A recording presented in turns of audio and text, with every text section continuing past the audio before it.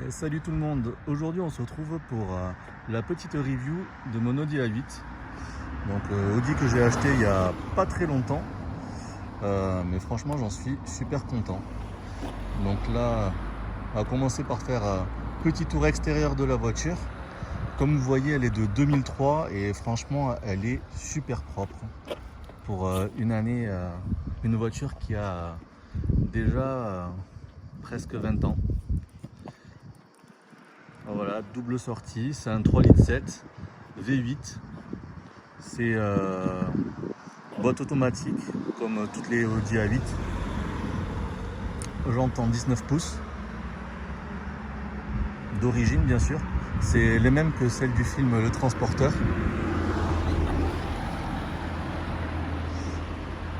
Voilà, donc niveau option, on n'est pas trop mal.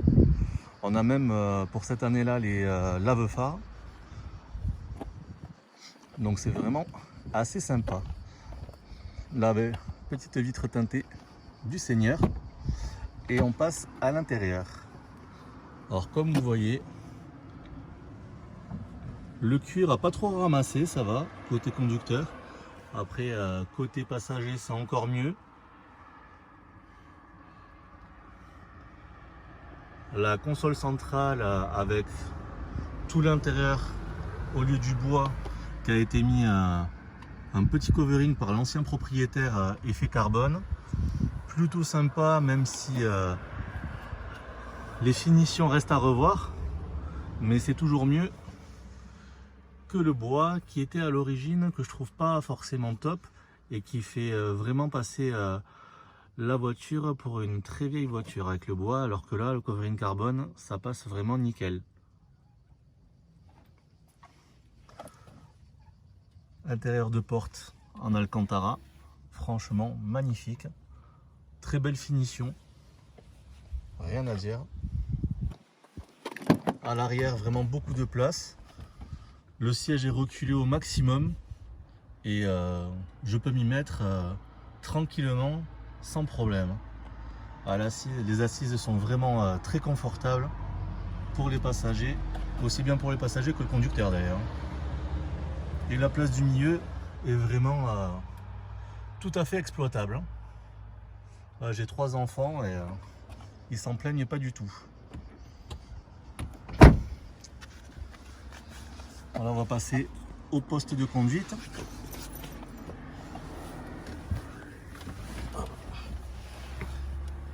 Donc voilà, poste de conduite d'une Audi A8 D3 classique. Voilà, là le petit adaptateur Bluetooth, vu je n'ai pas l'option dans la voiture. Parce qu'après, il faut savoir que celle-là, c'est une Quattro en finition Quattro Triptronic.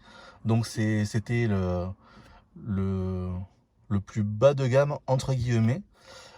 Pour cette voiture à cette époque-là. Mais après, ce qui est vraiment sympa, là vous voyez, il n'y a pas la clé dans le contact.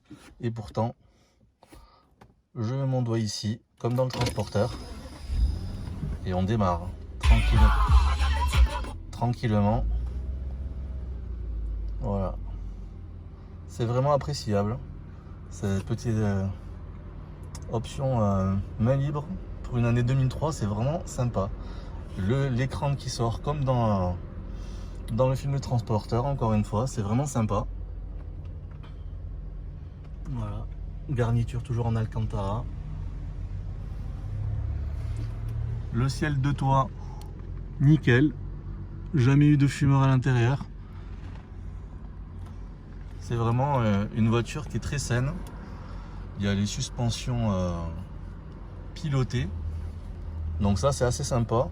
Là, vous avez les différentes options. Là, la radio, CDTV, c'est des options que l'option TV, bah, elle est pas débloquée. C'est pareil pour Internet, elle peut y être par rapport pour le téléphone aussi. Mais c'est des options qui sont dans la Avus, donc le modèle plus haut de gamme.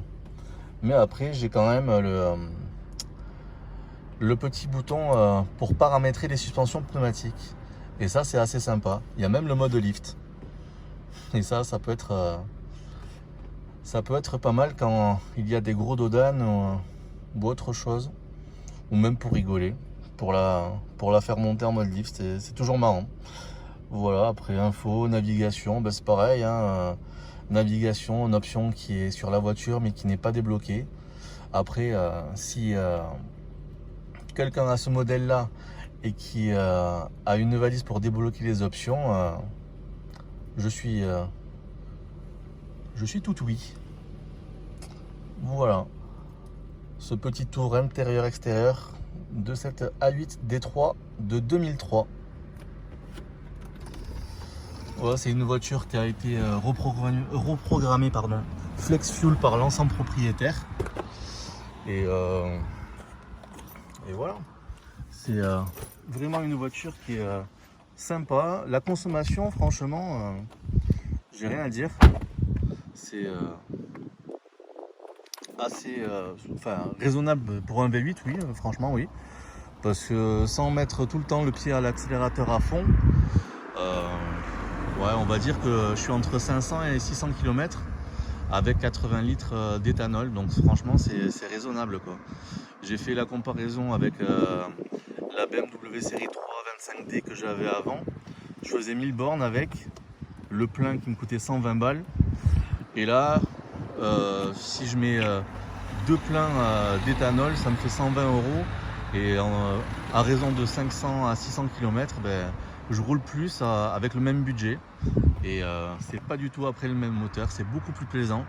C'est V8 Atmo. Donc ça, des V8 de cette catégorie et même de cette fiabilité, il n'y en a plus de nos jours maintenant, malheureusement. Donc franchement, si vous avez l'occasion d'acheter cette voiture, une voiture similaire ou que vous avez envie de vous acheter une voiture, une A8 D3 de ce millésime, franchement, foncez. Il n'y a rien à redire par rapport à ça. Et ce qui est bien, c'est que moi je l'ai eu pour pas trop cher. Vous pouvez vous en tirer entre 8000 et 12 000 € suivant le kilométrage. Même en dessous, même à partir de 6 000 € si elles ont beaucoup de bornes.